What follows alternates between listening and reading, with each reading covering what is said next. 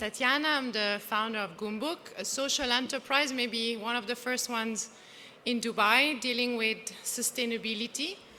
It's been already 12 years working in this field, and I have to say we've witnessed a lot of changes into the mindset, into action. It's great to have actually to see such presentations as well. Thank you, David, for the presentation. So today we're going to be talking about sustainability, energy efficiency, and net zero building. Well, wildfires, superstorms, drought, floods, mass extinction, diseases.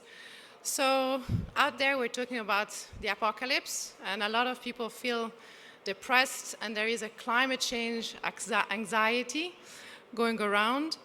The latest report from the IPCC was released back in August, and it was very, very clear that climate change not only is a reality, but is a consequence of human action, human activities.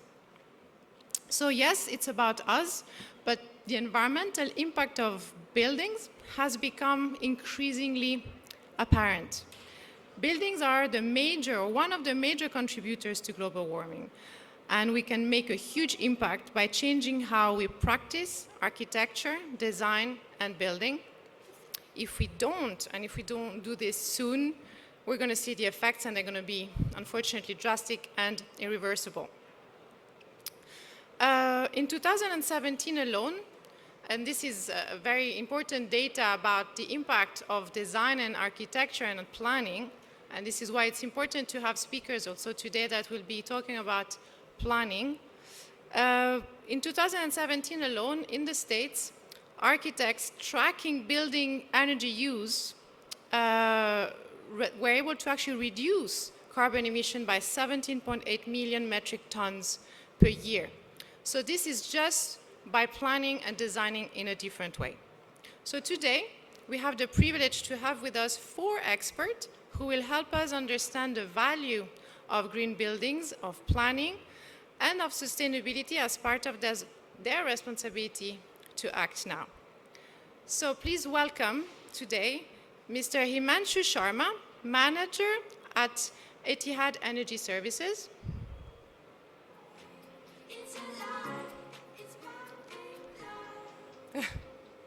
Just in time, thank you very much.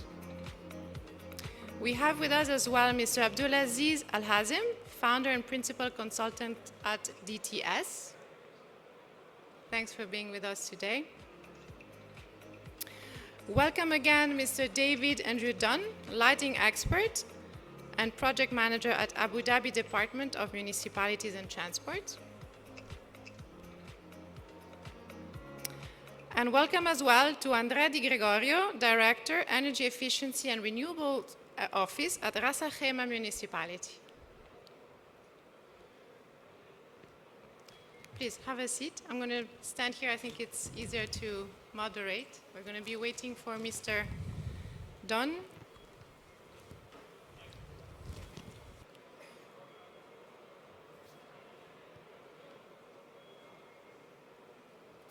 So a big welcome to our speakers and experts today. I think the way we're going to start is looking at the latest IEA flagship report on net zero. So the roadmap for the global energy sector is actually released, and we would like to have your comments on this, just to start understanding what you think about it, and from your point of view, from your sector and the work you actually conduct, what is your takeaway? Maybe Philip, if you would like to start. Sorry, David. Okay, for my sector, net zero, can we actually achieve it? This is the biggest issue, right? We hear many companies and ESCO companies telling us, net zero, this is what we want. But can we actually achieve? So I think there's a great deal of research still required to be done.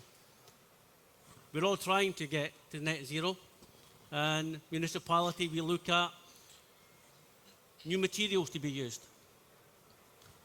something that's going to lower the carbon outputs. My section in Abu Dhabi Municipality is studies and standards. So we're very much into looking at what's on the market at the moment. We are trying to find better solutions to reduce carbon outputs. And we want to make, for us mainly, infrastructure as carbon neutral as possible. So your takeaway is actually looking at policies and regulations and standards. Yes. So maybe we could ask Mr. De Gregorio from Ras Al Khaimah municipality what is his take also related, because you work in a government body. Well, I think the perspective of the International Energy Agency of net zero by 2050 is at least enticing. It is definitely challenging, because what they foresee say a global economy in 2050 which consumes less than today, but it is probably twice as large, with more people, perhaps 2 billion more people. So it is definitely challenging.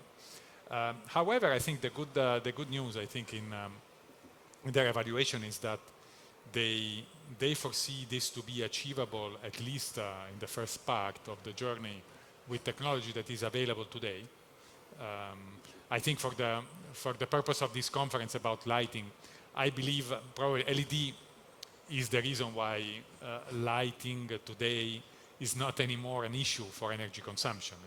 Is negligible now. It has become a very small component. But there are other aspects of consumptions like cooling and heating in the world, which still need to go through a similar path of improvement.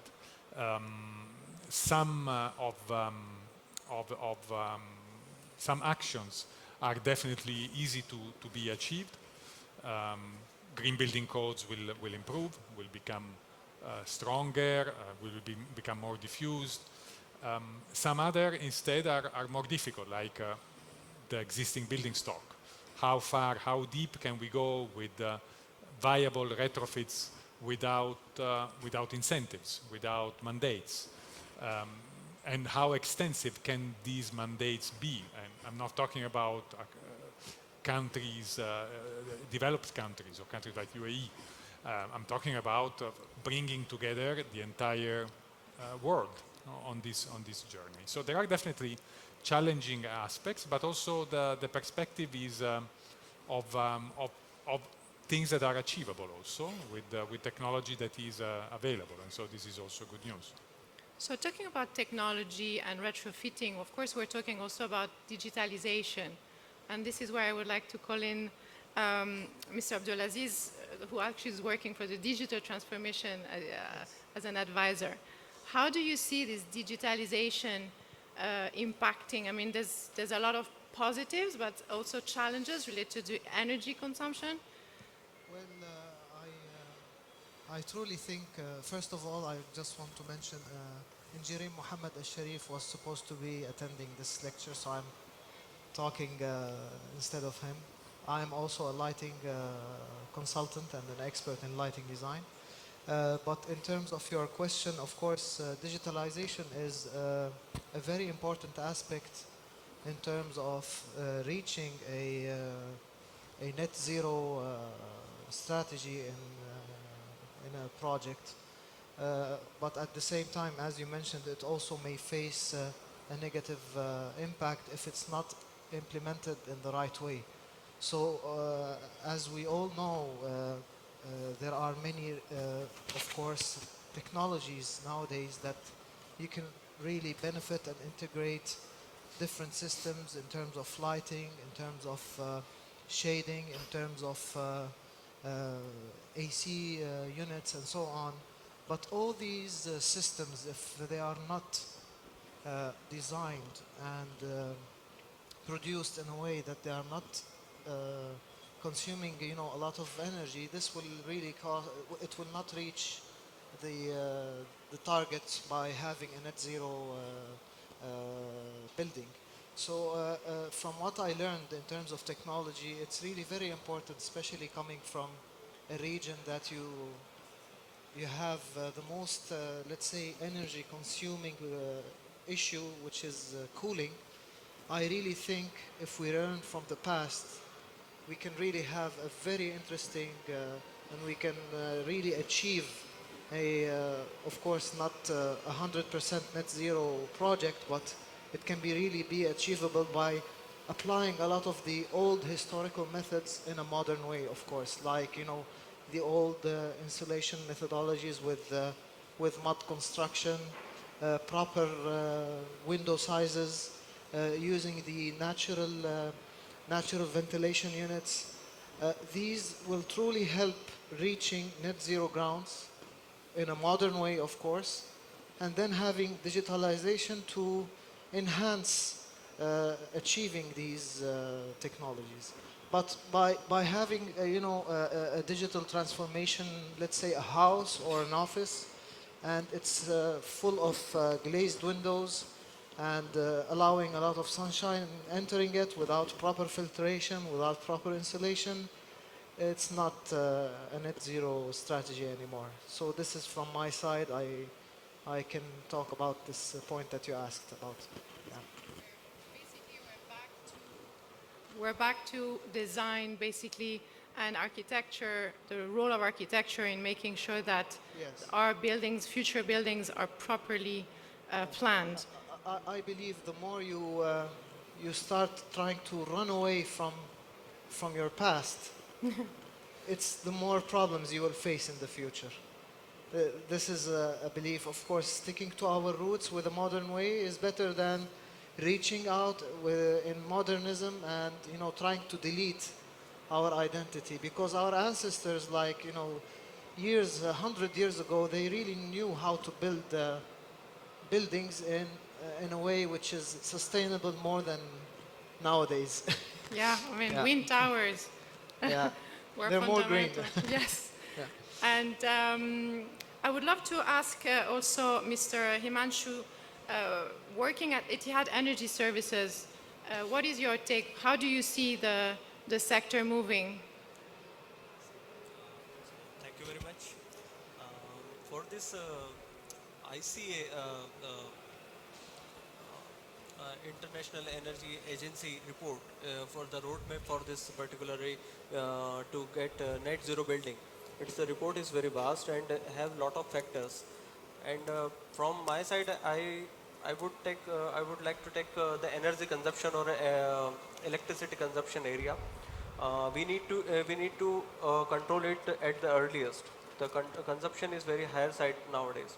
So for that we can achieve this to control that from kind of energy efficiency, energy conservation measures, and installation of solar PV as a renewable energy, because the renewable energy is one of the key factors for to get the net zero building.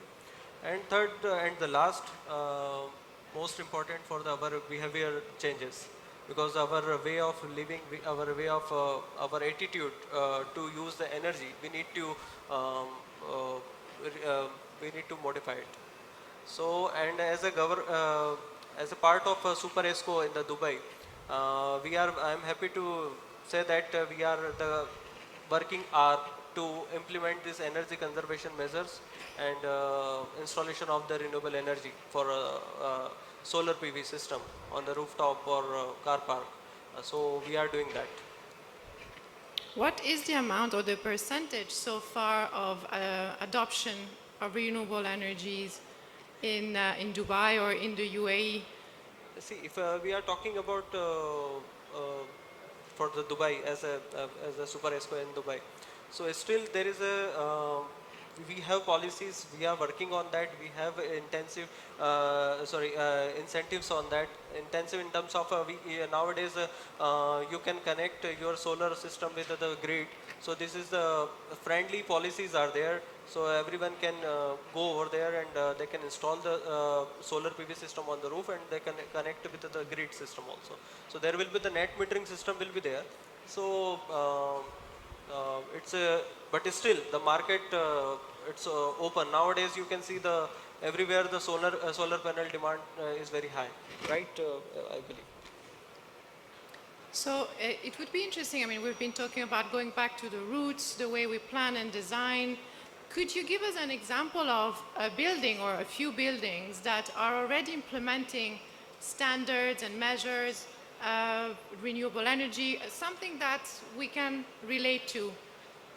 That is an example for everyone to understand how they did it. I know that, for example, DIWA has been organizing for some time visits to actually see how their building is, applying specifically specific technologies and methodologies. But it would be interesting to understand from the private sector, developers. Could you tell us if there are actually buildings that we can look at as an example of implementation of See, new? can I? Anyone, I mean, it would be, I'm sure coming from different Emirates, you all have a different... There are many examples of buildings that are close to net zero or net zero, or in any case very efficient. I think the point is not much about making one building or a showcase building. That is possible. There are now already thousands around the world. For me, the big challenge is to bring a systematic change in the way buildings are constructed. If we look at the productivity of the construction sector today, the productivity of the construction sector today is more or less the same as it was in 1950. Why is this? It is like this because fundamentally today each building is a prototype designed uniquely, with a unique design, built with somehow unique materials, delivered by teams that are every time different, never work together, and also with maybe and the most important factor probably, with construction techniques that are of craft construction as opposed to manufacturing with an organized manufacturing process. I think we need to work on these aspects because it is easy, yes, to build one building which is super efficient. Yes, it will cost you twice as much as a normal building. It's going to be an example. Yes, great.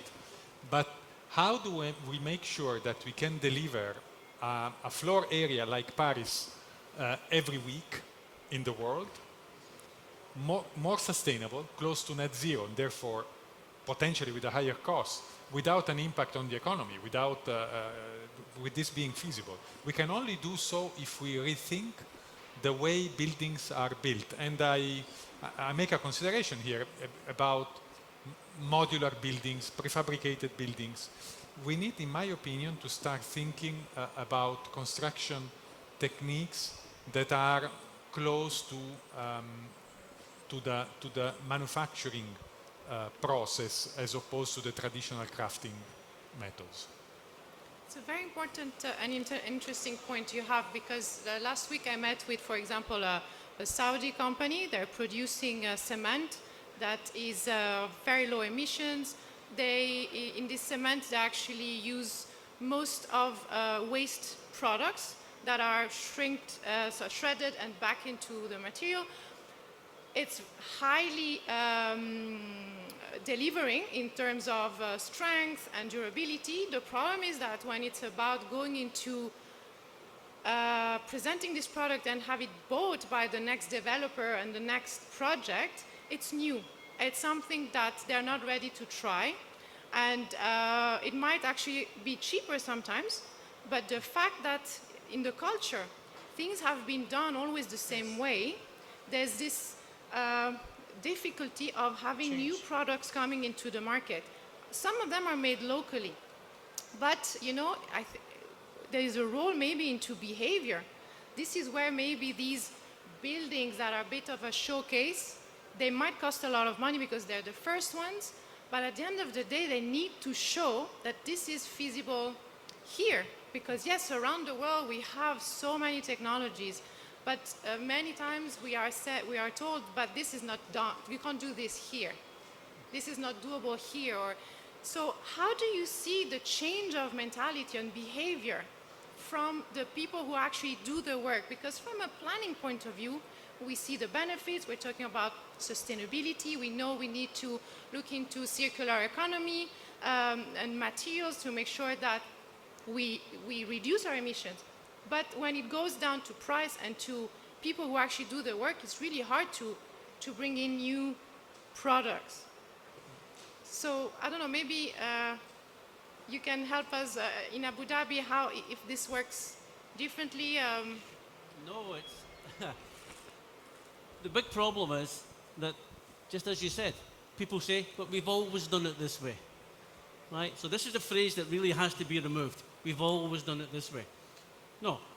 In Abu Dhabi, we have Istidama. So the Istidama practice is to reduce the impact on the environment. But what happens once this design is submitted and approved, it goes to construction, and then they say, oh, we have value engineering. It's not value engineering, it's cost cutting. And so all the things that you've included in your design to meet the Pearl ratings of Estidama are suddenly removed because they cost a little bit more. And what they look at, they only look at CapEx. They don't look at OpEx. Really, these two run hand in hand. So what you have to do is to consider what's going to happen over the years. If you want a building to be there for 20 years, it's going to cost you a little bit more in CapEx. But if you're going to have one that's going to be old and tired and worn out within 5 years, we have a harsh climate here. Yes, you can do this, but what you're doing is you're paying twice. The problem is the mentality has to be changed. People have to think, let's do something slightly different. Let's consider some of the actions from other countries. I've been in the Middle East for the last 14 years, and I was so surprised that there's no insulation in the buildings. Insulation works both ways. It stops the heat coming in, as well as it stops the heat going out. Right? And when I saw the first design of insulation in buildings, the building control people were, my goodness, what is this? It's only insulation. Right? So the mentality has to change. The fact that we always do it this way has to be looked at. And as I say, there are examples from across the world that we can adopt here and make a huge difference for minimal cost. Abu Dhabi Municipality looks at similar things to the concrete and the content, because we know that for every cubic meter, it's 200 kilos of carbon. It's huge. Right? So if you can now find a different way to do this, it's fantastic. I worked on a project in Saudi where you had to encase all of the telecom ducts in concrete. These were on a footpath.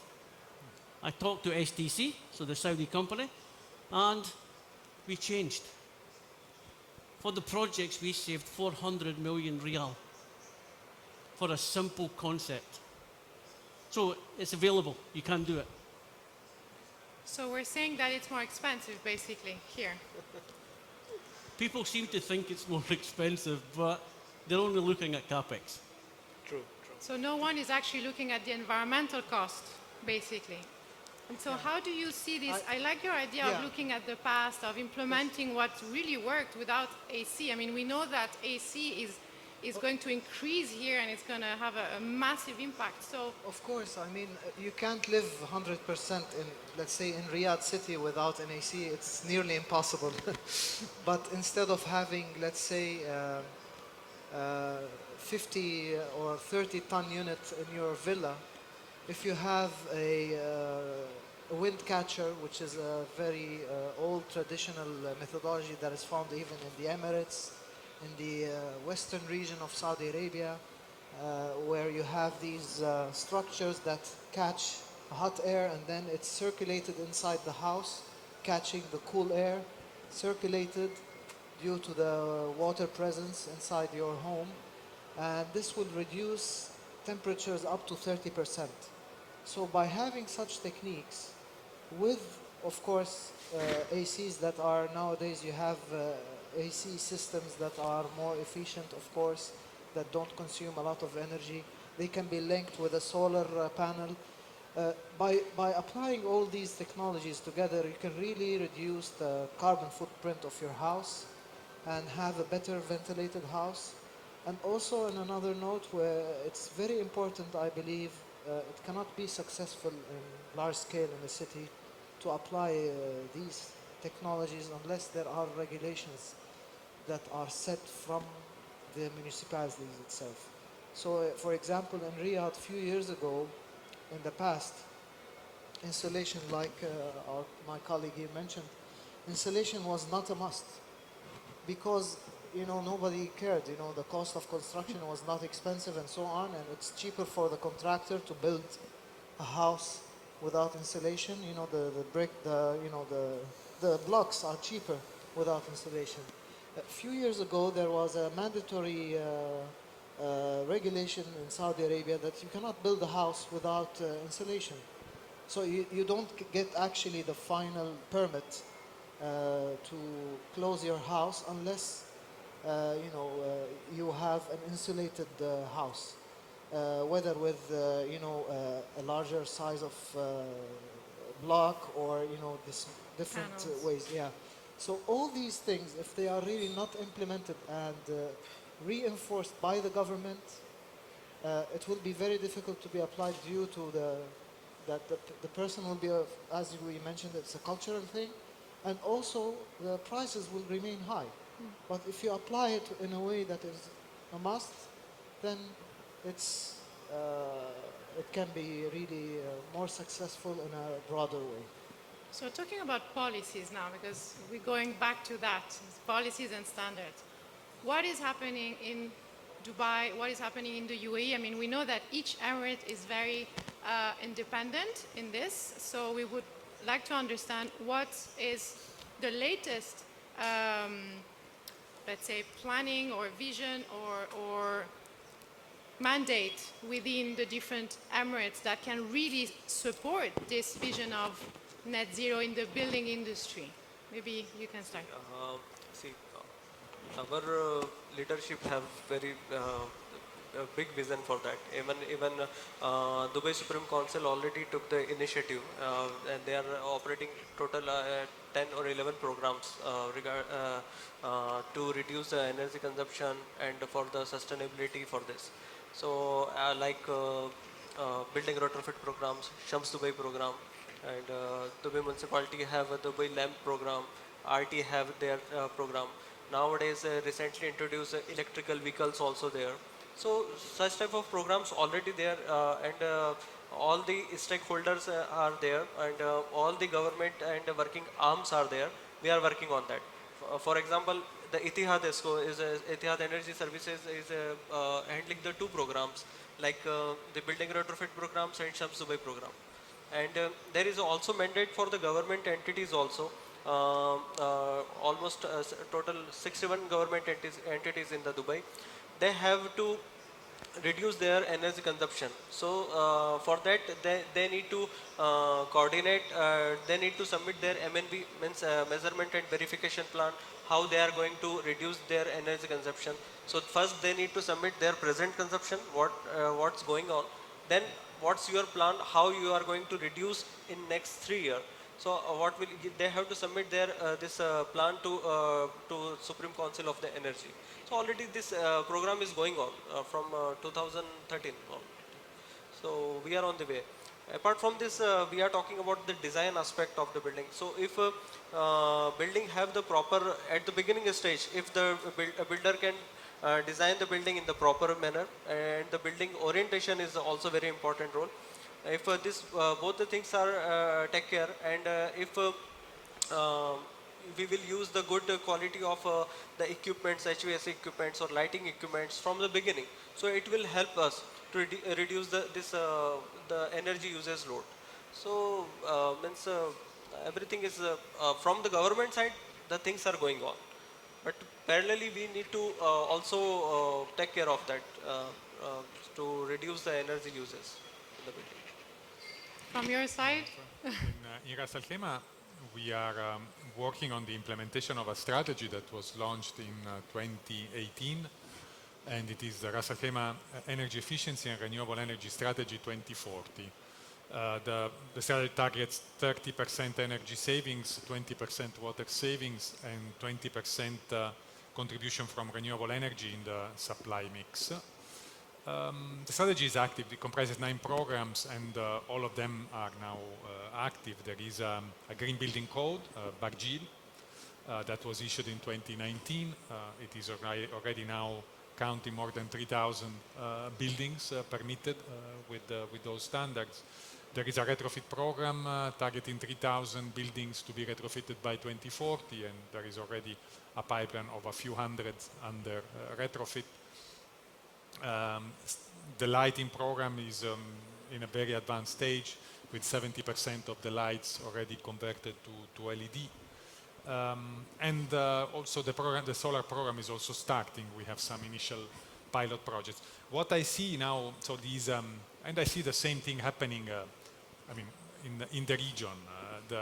There are similar strategies which are quite comprehensive in approaches. All of the Emirates have, I think the bigger Emirates have already engaged in the journey, have taken some important initial steps. The challenge will be, in my opinion, the second wave. Now, the second wave where, okay, today we have achieved in Ras Al Khaimah standards of new buildings that are 30% more efficient than the conventional building. But in order to achieve the targets that we have, we will need to make them twice as efficient. We need to bring buildings that save 60% versus the baseline. Now, how do we achieve there without increasing significantly the cost? Today, it is probably impossible. So to build a building with 60% more efficient without increasing significantly the cost. So the question is how we bring the market to implement such a change. How we make, as David was mentioning, yes, people look only at capex. The problem, yes, it is like this. And why is it like this? It is like this most likely because there are some challenges there. For example, the split incentive, the fact that those who are supposed to invest in a building are not the same as those who are benefiting from the savings of a building. The split incentive between the tenant and the owner. There is also a split incentive between the owner and the user of the building and the utility company. Sometimes these objectives are not aligned. Let's think about the subsidy system, no? Where in a subsidized energy system, the user, the owner of a property does not have the same incentive in applying energy efficiency measures because the savings that they generate are then going to be captured by the utility, not by the person. And similarly, the utility doesn't have the full incentive in applying those measures because some of the benefit is going to be captured by the user. Now, we need to address these issues. Until now, we have gone through first years of implementing the structure, the institutional setup, the first programs, the targets, the commitment of all the entities. Now we need to make the next step that will lead us to stronger building codes that are implemented, that will lead to new buildings much more efficient than today, retrofit programs that penetrate more the building stock, are not addressing only the government, but go into residential. How far can we go into residential? And what do we need? What kind of promotion do we need to reach to penetrate the residential? So these are the questions that we are trying now to think about in Ras Al Khaimah. Some steps are being made, especially on the financing side. We are working on also on these aspects, how to make the financing aspect softer for people who want to invest in green buildings. But the topic still has to be tackled, I think, by everyone, at least in the region.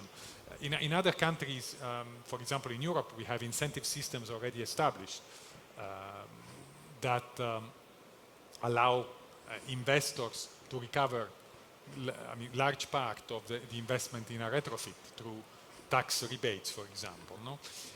Here we need to think about something that allows the investors to monetize this investment. No?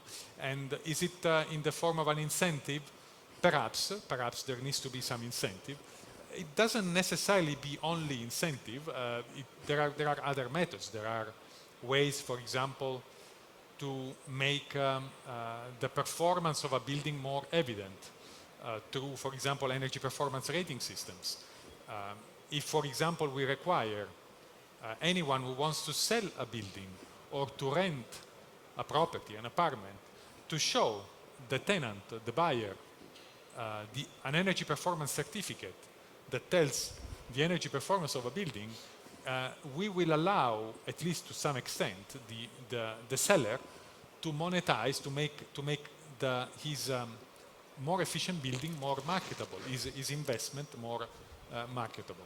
There is not only one solution. No? There are multiple elements that should concur in unlocking the second wave, but without, say, a significant effort, I see the second wave of efficiency to be challenging. No, it's not easy to bring the market on the second step of energy, to the second step of energy efficiency. Thank you. That was very exhaustive. David, do you have any additional comment? Yeah, just the same. In Abu Dhabi, we have the strategy for energy and water for 2030. So this is driven by the Department of Energy, who includes all the authorities. So I sit on the committee. We look at lighting, energy in buildings. We look at AC. We look at how to improve this. But what happens more often than not is we have someone who comes from Europe or someone who comes from the US and tries to tell us how to change things based on their climates. It's extremely difficult to try to bring something from Europe or the US that works efficiently here. So what these people have to do is they have to actually think of here. So next week I'm sitting on a panel to judge some innovation from Singapore. When they supplied all of the initial submissions, it was all based on Singapore. So we told them to go back and base it on Abu Dhabi because the cost of energy is lower, the temperatures are higher, right? So some of this equipment will not work, right? So I think when people start to look at energy saving, carbon reduction, they have to start to base it here. They have to learn more about the UAE and its really unique climate. True, and this is maybe also why certifications such as LEED were actually left aside, and there was more interest for Istidama and Pearl rating because they were related to the local climate and necessities. So from what I can understand and your comments is really looking at how people have been living here for a long time, looking at the way we can use traditional techniques and technologies and look into standards, policies. What I like also when we're talking about promotions or incentives for residential, I mean, here we're always talking about, big projects and the public sector and government, but if we look at the extent of the residential areas here and how people live, for example, DIWA, when we receive the bills, they kind of give us a reduction. If we are in the green line and we don't consume too much energy, we pay less. The moment we go to orange and red and we consume more, we actually pay more for energy. But these are very little things somehow that much more could happen. Related to the way we live in this country, I mean, the way also we've greened our cities, it's very, very evident that we've been looking at other cities such as Singapore. We have lush gardens and parks with trees that consume hundreds of liters of water per day, when we could actually plant indigenous species from the desert. And I'm talking about water because water here is highly related to energy consumption through desalination, and it's a major, major impact of our cities. So I think I can see the time is finished, but what I can recap of today is that we do have plans, we do have policies. We need more of them, definitely. We're looking at incentives. We would like to have less subsidies somehow. And we need to make an effort here because I agree. I mean, it's easy to reduce now, but when we're going to look at going net zero, it's not about reducing anymore. It needs an extra effort and aligned effort. I can see there are cities taking action, different countries taking action in the GCC, but there's no communication and maybe no alignment on what can be done at a bigger level. I don't know if we have time, but it would be interesting maybe to open the floor to Q&As, because today our speakers really released very interesting information. So I don't know if anyone wants to ask a question. No? No questions? Okay. Well, I would like to thank you very much for being here with us today. It was very, very interesting. I wish I could have asked you many more questions. Just a note Yes. about water and irrigation. Recently, there has been a very new law in Riyadh city, mainly, that there are no more palm trees to be planted in main roads. That's amazing. It's really not allowed anymore because, as you know, palm trees, they really consume a lot of water. So Actually, there this has is a been very new, good question. yes. We could ask everyone So- in the audience if they know how much a palm tree consumes per day. How many liters of water do you think you need to irrigate a palm tree every day? How many liters do you think we need for a palm tree? Shoot. 20? No? More? More? How many liters per day for one palm tree? Maybe our speakers? No? Do you know the answer? I think it's around 30 to 40 liters or more. 150 Oh, so- liters per day Nice. for a palm tree. Wow. And many people think that palm trees are, indigenous trees, but they're not. They've been actually imported from North Africa. And my next question is how much a gaff tree or an acacia needs per day? Would you know? Not my part of expertise. But a local tree needs around 3 to 4 liters per Wow, day. yeah. Big difference. So when we look at our cities, the way we green them, that's already a starting point. And I'm very happy to hear that in Riyadh you're not going to be planting. Very recent. It's like a 3 months old law. So another way to reduce our emissions. Well, I've gone too far. Thank you again Thank so you. much for today. It's been a pleasure. Thank you, everyone. Have a good day.